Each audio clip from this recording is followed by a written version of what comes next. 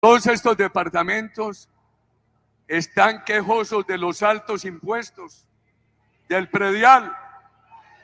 Palabra de gallero, un gobierno de este partido rebajará sustancialmente los impuestos en Colombia. Eso suena un poquito politiquero en la medida en que no depende solamente de las propuestas del presidente, sino también de la acción del Congreso. Pero quiero narrarles una historia, porque por allá en el 98 había un presidente que al notar que los banqueros de Colombia estaban al borde de la quiebra, estos pobrecitos estaban casi embargados y a punto de ser reportados en Data Crédito, inventó un impuesto que prometió sería temporal y que duraría tan solo un año. Pero adivinen, pasaron cosas y así fuimos viendo el 2 por mil y el 3 por mil. Al terminar este presidente su mandato, el país fijó sus esperanzas en un hombre de corazón grande que prometió con mano firme acabar con ese impuesto. Pero adivinen, volvieron a pasar cosas y 4 días después, ya con la banda presidencial puesta, no solo olvidó su promesa de acabar ese 3 por mil, sino que además fue más allá e inventó el 4 por mil. Este gran colombiano dejó en encargo sus huevitos. Y así llegó un santo que le cuidó esos huevitos y con ellos la responsabilidad de eliminar el legado del 4 por mil que dejó este gran colombiano. Pero para que hagamos memoria, quiero que veamos el siguiente video.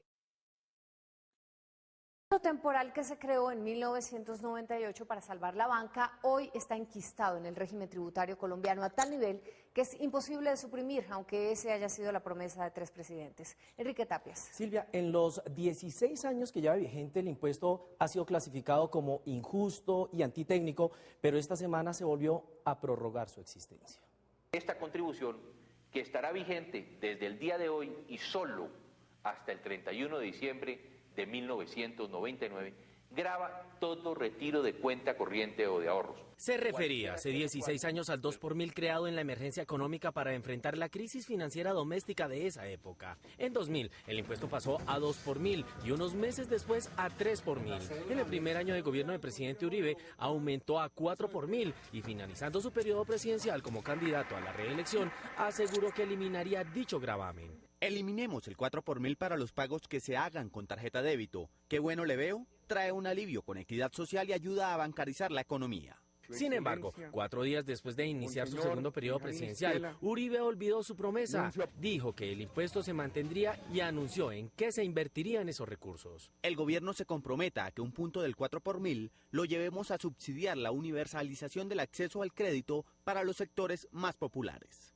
En 2010, 2 meses antes de posesionarse como presidente, Santos criticó el 4 por mil y anunció su eliminación. En nuestro programa está impreso que vamos a desmontar ese impuesto gradualmente porque ese impuesto es totalmente antitécnico. Pese a la promesa, el impuesto se mantuvo y el 17 de diciembre de 2013, el ministro Cárdenas hizo un nuevo anuncio. Se aprobó la ley que prorroga por un año más el impuesto del 4 por mil. Hace 8 días, el mismo ministro de Hacienda anunció otra prórroga. El gravamen a los movimientos financieros, mejor conocido como el 4 por mil, por 4 años más. El impuesto, que empezó solo por un año, ya cumple 16 y por el momento el gobierno dice que será desmontado en 2018, cuando cumpla 20 años. Y de eso ya vamos en veintitantos, ¿cierto? Porque como vimos, una cosa es en campaña y otra cuando ya llegan al cargo. Por eso empecemos a revisar la coherencia de los que reciben cariño, pero solo de puertas para adentro.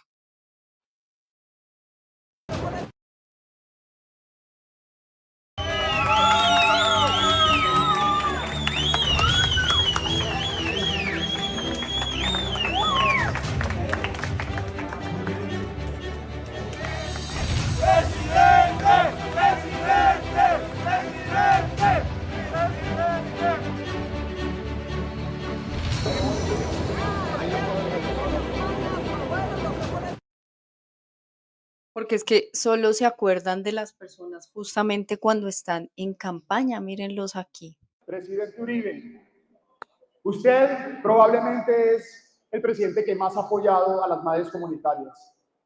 Hoy hay 60.000 madres comunitarias que atienden 1 millón de niños. que este gobierno está persiguiendo de manera sistemática, cancelando. Está persiguiendo con prosperidad social para acordarse de las viejas y viejos con un impuesto de más de 200.000 pesos, con un subsidio de más de 200.000 pesos. Pero estos son los candidatos que se oponen a ese subsidio que en la actualidad el gobierno les está queriendo ofrecer a los viejas y viejos. Pero entonces sí viene al caso cuando ellos lo ofrezcan, pero para el futuro. Contratos y no pagando el sueldo.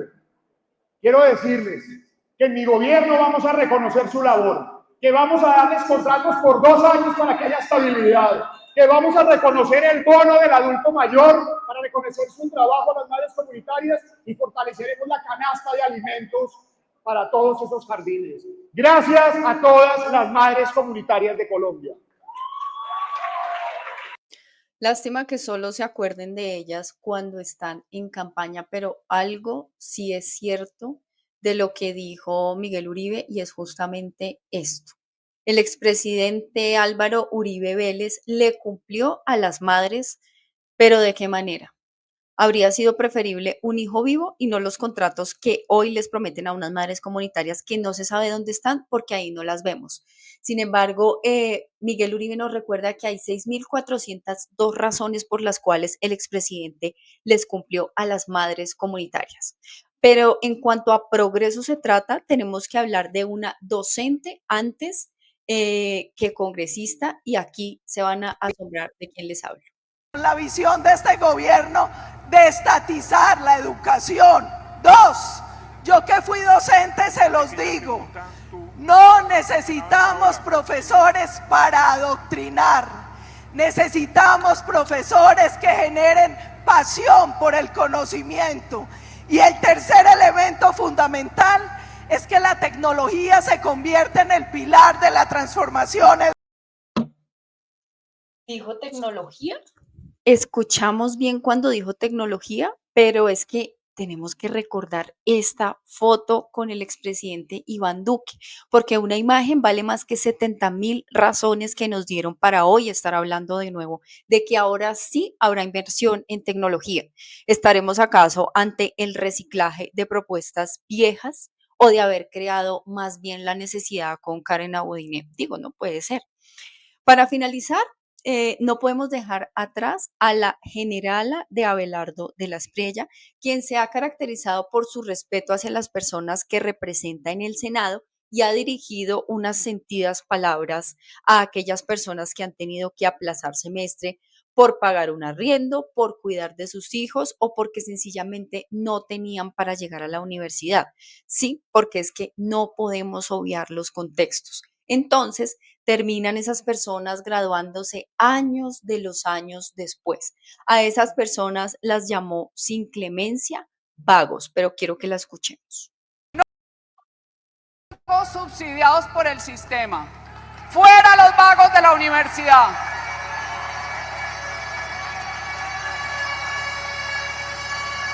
Hemos identificado más de 300 vagos.